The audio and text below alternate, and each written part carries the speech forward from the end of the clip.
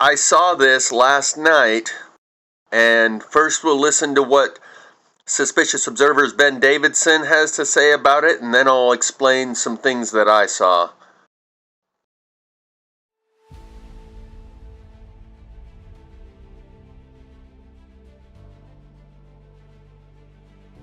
Good morning, folks. Welcome, observers. Last night we got a surprise, an unexpected solar storm. NASA has already analyzed it incorrectly. Oh, and it did something crazy again. We got quakes, oceans, glaciers, and how they work together to cool the world. We're starting here with the last 24 hours on our star. No significant solar flaring, no filament releases. It was a calm day up there. Can't be more than 36 hours away from the bulk of that coronal hole stream arriving at Earth, but it appears a leading and possibly separate component of it is already here. Solar wind data. Up top, the bulging separation between red and black lines is the solar impact. Below that, down the line in orange density and purple plasma speed, we see it was the leading particle density shocks that allow faster coronal hole streams to take over afterward. Speed rises after the density spikes. Perfect signature.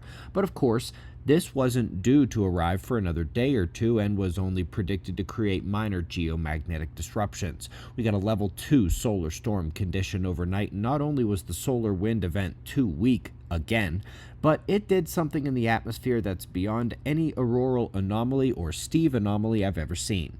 NASA's Tony Phillips at spaceweather.com is covering the story this morning, but not in such a stellar fashion. Okay, that's weird, right? And yes, it was a complete surprise, not anything in the forecast about it, but it's not a glancing blow off a CME. As we showed you, it's a perfect coronal hole stream leading density shock signature, misattributed. But, of course, the attribution is somewhat overshadowed by the fact that, what is that streak?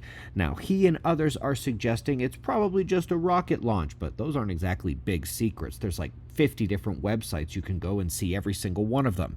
That's not what they tend to look like either. Have you seen SpaceX launches or any others recently? Don't look like this.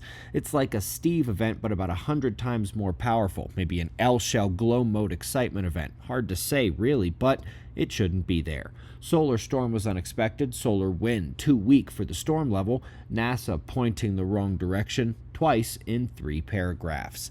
Okay, enough of that. On to seismicity. It was at about 11:30 last night. As I'm walking around looking up at the stars, as I always do, it appeared out of nowhere instantly.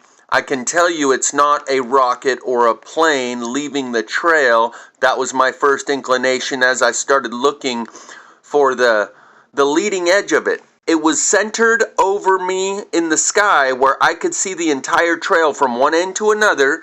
Imagine this is the arc of the sky. The trail in its entirety left me 10% of the sky on either end where it wasn't over the horizon. In this image, you can see it's already gone over the horizon. And a person might imagine, well, then the rocket leaving it is down here somewhere because the trail kind of fades as it goes back in this direction. So the rocket must be over here. But I can tell you from my view of it, which was complete from one end to the other, it trailed off at both ends and was brighter in the middle. The other thing is, if it's being left by a rocket or an airplane, you see one end of it is growing and extending, which is the end of the streak where the plane is. That wasn't happening. And it appeared within 1 second. I'm looking up at the sky, and 1 second it's there, 1 second it's not there, and the next second it's there in its entirety. In the captions on some of those images he showed, someone said they saw it and it lasted about 5 minutes. I would say it lasted about 10 minutes. When it was first there, it went from one end to the other, and I still had about 10 degrees, 15 degrees, 10% of the sky on either end that I could see past the streak, where I could see the full streak from end to end, unlike the photo we're looking at here, where you can't see the other end of the streak. And it moved north. The streak was going drawn out in the sky from north to south, and it moved north over the horizon. So when I first saw it, I could see both ends of the streak, and neither end was going over the horizon out of my field of view. And over the next 10 minutes, it moved northbound as it faded and dissipated, became darker and faded away, like you might expect a cloud to dissipate as it was moving north. So 10 minutes later, it had moved, 80% of it had moved over the northern horizon, and it had faded out 80% in its luminosity. Also, I didn't see any auroras like the photo we're looking at here where you can see the green and purple aurora colors. I didn't see any of that. All I saw was this bright white streak in the sky appear overhead. And like I said, it appeared within 1 second. While I'm looking at the sky, I wasn't able to see it coming into view slowly. It was just not there 1 second and there the second later.